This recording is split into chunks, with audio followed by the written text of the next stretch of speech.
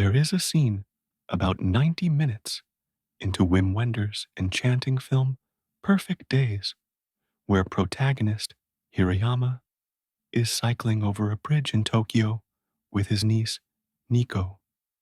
As the two of them cycle back and forth, weaving across the bridge in the sunset, they call out to each other, 今度は今度。今は今。 Next time is next time, and now is now.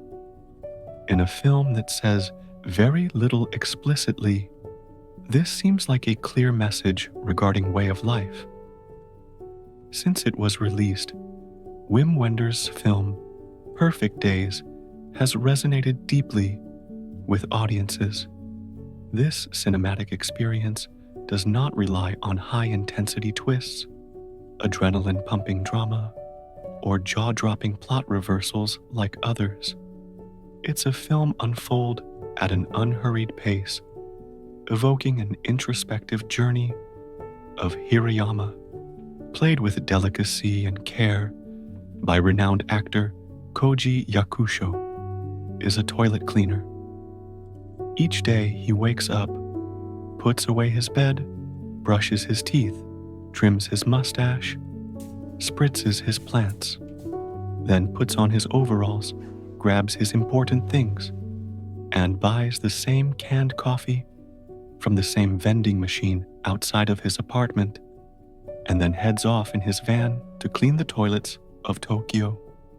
We know this because we see this scene right as the movie starts, and then again and again in longer or shorter form throughout the film.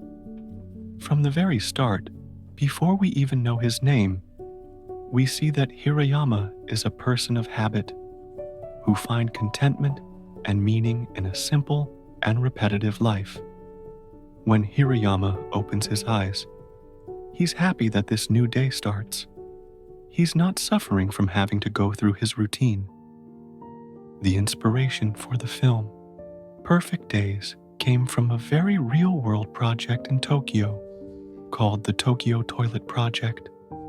The Tokyo Toilet Project brings together top-tier architects and designers, including Toyo Ito, Tadao Ando, Fumihiko Maki, and others, to design public restrooms across the Shibuya district of Tokyo.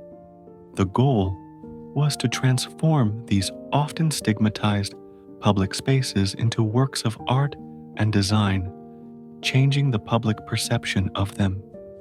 Initially, Wim Wenders was invited to create a series of short films about these unique public restrooms. However, Wenders was so captivated by the idea and the city that he decided to expand the project into a feature-length film.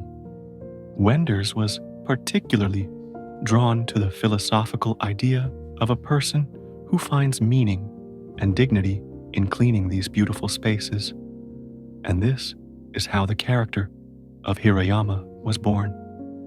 In Perfect Days, the restrooms stand apart from their surroundings, becoming small, self-contained worlds that offer Hirayama a momentary escape from the chaos of Tokyo.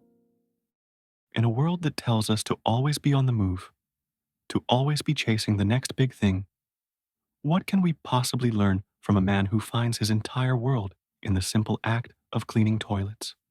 Filmmaker Wim Wenders says Hirayama has built his life precisely in a way to be able to say, if I have to live this day, or even this life, once again, then so be it.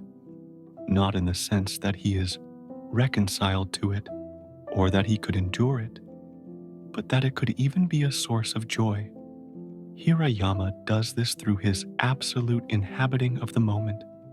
This simplicity of Hirayama's is a way of finding strength when things enter into his life to unbalance his routine, like his feckless colleague Takashi or the sudden arrival of his runaway niece Nico. There is barely a tremor. In both cases, we're drawn, for a moment, into thinking that these young, gregarious, modern people are here to finally draw this fusty old man into the 21st century, but this never happens. If anything, his composure and his strength turn out to be what they need. There are hints throughout that perhaps Hirayama once lived a different kind of life. We note the surprise and disgust in his sister's voice when she hears the kind of work he does, and when we see him reading literary works of Faulkner, Highsmith, and others. Throughout the whole film, there is a sense, unspoken but present, that Hirayama's life is a choice, and that much may have been given up for that life to be possible. Maybe Hirayama unwillingly found himself in this position and now chooses how to accept it and live with it. Or maybe this is a life he purposefully built. Either way, Hirayama's life is marked as much by what he does and what he has, as it is by what he doesn't do and doesn't have. In the movie, Hirayama does not have much of a social life. However, he takes joy in observing the light filtering through the trees, in analog photography, in watering the maple seedlings he grows in the window, and in lying on the tatami on Saturday mornings, indulging in silence. Truly, this movie offers a slow and simple living alternative to that modern mindset. For Hirayama's every day is nearly the same, but for him it's not stagnation, it's a rhythm. This repetition is a form of discipline and mindfulness. Take his work, for instance, a job many would consider menial. But Hirayama doesn't just clean the toilets. He polishes them until they shine. He takes pride in making a public space beautiful and sanitary for others. This is also what Japanese philosophy of Ikigai says, a reason for being. It's not about a single grand purpose, but about finding joy and fulfillment in the little things we do every day. In the movie, Hirayama lives a solitary life. He lives alone in a simple apartment, he eats alone, but he is not lonely. In fact, he seems to have an almost sacred relationship with his solitude. Look at his possessions. An old film camera, well-worn books he buys second-hand, and a collection of cassette tapes that he carefully catalogs. These objects aren't just things. They are tangible representations of his philosophy. They show a life that has been lived, where things are used and cherished, not discarded when they get old. His world is not new and shiny. It is beautiful precisely because it is worn out and imperfect. To truly understand Hirayama's philosophy of simplified living, we need to look at his crucial counterpoint, a young co-worker, Takashi, who is loud, impatient, obsessed with money, and always looking for a quick fix. Takashi finds Hirayama's quiet life baffling and even a little pathetic. When Takashi gets frustrated, he complains about his circumstances. However, when Hirayama faces a problem, he simply solves it. This contrast is the film's way of showing us the two paths we can take.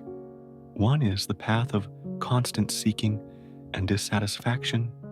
The other is the path of finding peace in what you already have. Needless to say, the most heart-touching moments in the film aren't loud conversations. Take example of the invisible game of tic-tac-toe on the wall, where Hirayama finds a connection with a stranger without ever speaking. These small, fleeting moments of human connection are more meaningful than loud conversations. They are fleeting, but profoundly real. Finally, if there is one word that captures the heart of this movie, it's Komorebi. Literally, it means sunlight filtering through the leaves of trees. Every day, Hirayama photographs it, but he's not just taking a picture. He's practicing a profound form of philosophical observation. In Japanese, Komorebi is a metaphor for the beautiful, fleeting moments of life. You can't hold on to it. It exists for a moment and will never appear in the exact same way again. And Hirayama's photographs are not an attempt to possess these moments, but a way to acknowledge them, to say, I see you. You are beautiful. We see this not just in the sunlight, but in the final scene of the movie too. The final shot is a masterful moment of pure emotion. Hirayama is driving, and as the sun comes up, a single song plays, Feeling Good by Nina Simone. His face shows a variety of emotions: peace, joy, sadness, and acceptance. Somehow, it's the culmination of his entire journey. He is fully present, feeling the light, feeling the music, feeling the moment in all its complexity. He's not simply happy. He's a human being experiencing the full spectrum of emotions that come with a life lived deeply. It's an acceptance of both the beauty and the sorrow that are intertwined in existence. He is not at the end of a hero's journey. He has not defeated a villain or saved the world. Instead, he has simply lived a day perfectly, and that is his victory. Perfect Days tells us that perhaps the truest purpose isn't something we find, but something we create through our actions, day by day. That's all for today's video. If you enjoyed this video, please don't forget to give it a thumbs up and subscribe to our channel for more empowering content. Thanks for watching.